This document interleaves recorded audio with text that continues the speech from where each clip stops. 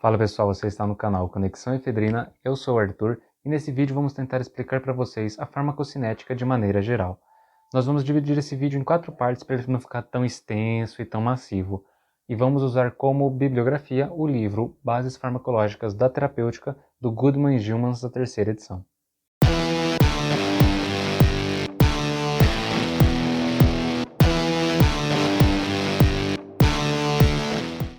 Bom, primeiro de tudo vale a pena a gente falar sobre 2 itens antes da gente começar o vídeo de maneira geral. Nós temos as vias de administração, certo? Que são inúmeras, a gente tem via oral, via retal, intramuscular, subcutânea, intravenosa, sublingual, via tópica, né, no caso de pomadas. Então, de todas essas, elas vão seguir essa etapa de absorção, menos a intravenosa. A intravenosa ela vai direto para a etapa de distribuição, ela não é absorvida por ser corrente sanguínea, ela já é distribuída pelo corpo. E o segundo item interessante também para a gente falar é que não obrigatoriamente um fármaco vai seguir tudo isso 100% do tempo. Nós temos 4 etapas, né, na farmacocinética de maneira geral. Temos a parte de absorção, distribuição, biotransformação e a eliminação. Então ela vai ser absorvida, ela vai ser distribuída pelo corpo, ela vai ser metabolizada e depois ela vai ser excretada. Obrigatoriamente ele vai seguir isso em 100% do tempo? Não. Muitas vezes esse fármaco ele pode ocorrer, por exemplo, um efeito chamado de efeito de primeira passagem. O efeito de primeira passagem, o que vai acontecer? Esse fármaco, a partir do momento que você consumir ele via tópica, via oral, independente da via que for, ele já pode ser excretado, ele já pode ir direto para a eliminação. É o efeito de primeira passagem. Uma porcentagem desse fármaco vai não seguir essa regra, né? Que seria seguir essas 4 etapas, ele não segue essas 4 etapas. Então, só uma pequena porcentagem dele vai passar direto, então também é bom levar em conta isso. Nós temos, por exemplo, um fator que influencia muito na absorção, que é baseado num princípio físico-químico, por exemplo, que seria o tamanho a quantidade que essa molécula estaria dissolvida ali. Se você pegar um comprimido, essa molécula está em pó, o pó ele é menor, por exemplo, do que algo mais sólido, maior. E se você reduzir a um talco, ele é mais fino ainda, essa quantidade de partículas. Se você diluir, então, até chegar numa solução, ela fica menor ainda. Então, o que acontece? Quanto menor a solubilidade, menor a dissolução que essa partícula tiver naquele meio que ela está sendo administrada, mais rápido ela vai ser para ela ser absorvida. Você tem uma molécula X que leva 30 minutos para ser absorvida, e você tem uma mesma molécula, só que em vez dela estar em comprimido, em cápsula, ela está em solução. O que vai acontecer? Ela vai ser absorvida, por exemplo, hipoteticamente, né, em 15 minutos, em metade do tempo. Então, esse tamanho da partícula influencia muito. Outro fato que influencia muito na absorção é o pH. Caso você não sabe o que é pH, a gente tem um vídeo aqui no canal, a gente até vai deixar um card aqui em cima, caso você não tenha visto esse vídeo. Caso você já tenha visto esse vídeo ou já sabe o que é um pH, bola para frente. O que acontece? O pH ele vai influenciar muito na absorção. Por quê? Como a gente viu tanto naquele vídeo, vale a pena a gente recapitular aqui, quando nós misturamos um ácido forte com uma base forte, a gente sempre gera sal e água. Diversos tipos de sais nós temos. Então esse fármaco acaba perdendo um pouco, né, desse poder. Então isso, na hora de formular um fármaco, ela já é premeditado e depois a gente vai analisar quantos miligramas, quantos microgramas, certo? Qual é a dose indicada para que tenha uma ação necessária para isso. Justamente por quê?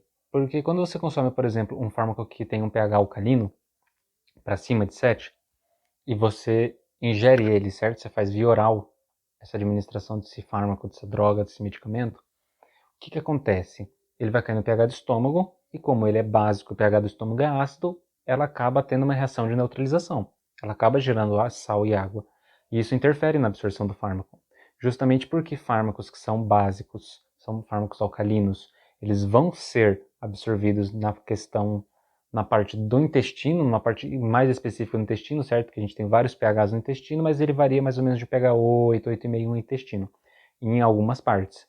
Então, nessas partes serão feitas a maior absorção, caso esse fármaco tenha esse pH próximo. Outros fármacos, por exemplo, podem ser absorvidos direto no estômago, justamente por eles serem fármacos mais ácidos. Então, isso interfere muito na absorção. Um outro fator também que pode influenciar muito na absorção certo? Desse fármaco, medicamento ou droga, é o quê? É a questão tanto de fluxo sanguíneo, ou seja, o quão irrigado de vasos sanguíneos é esse órgão ou é esse tecido, certo? E também outro que seria a área de superfície.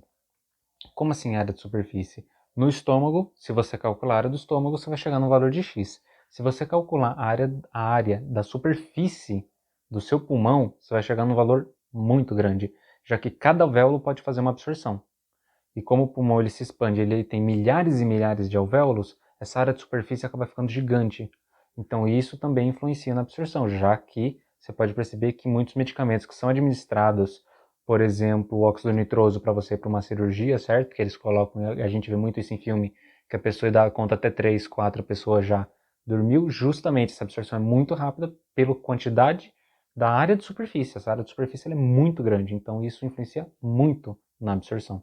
Para a gente dar um exemplo sobre alguns medicamentos ácidos e alguns medicamentos básicos para ver se vocês entendem, conseguiram pegar, né, essa ideia da absorção.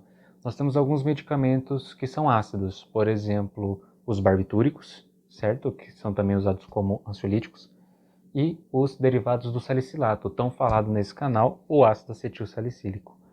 Por eles terem uma molécula mais ácida, eles seriam absorvidos aonde? No estômago ou no intestino? Eles vão ser absorvidos no estômago. O pH do estômago é mais ácido, ela não vai ter essa reação de neutralização. Então ali a molécula consegue ser mais absorvida. Nós temos outros medicamentos também, por exemplo, medicamentos que tenham muito nitrogênio, né, na sua molécula, na sua estrutura, e acabam dando uma característica mais alcalina para essa molécula. São eles, por exemplo, a efedrina e a morfina. São dois medicamentos, certo? Que têm um pH mais alcalino. Então, aonde que eles seriam absorvidos melhores? Na porção do intestino. Justamente porque o estômago ele tem um intestino mais ácido, então ali ele vai sofrer uma reação de neutralização.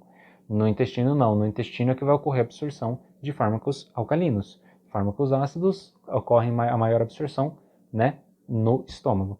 Então é isso, pessoal. Agradeço aos que assistiram até aqui. Agradeço aos inscritos, aos likes, né? A sugestão que a galera tem dado. Por exemplo, ainda hoje me deram uma sugestão para falar sobre genética. O Fer também já falou sobre a gente falar com imparcialidade, né? Sobre os benefícios e malefícios, tanto para a indústria, para a saúde, para a economia, sobre a cannabis, né? O óleo da cannabis. A gente pretende fazer uma série, né? Vão dar bastante vídeo, né? Para a gente falar sobre isso, mas a gente está preparando, né? A Letícia falou para falar sobre genética também, então a gente também vai começar a preparar esse conteúdo, né? Agradeço o apoio de todos e nos vemos na próxima conexão.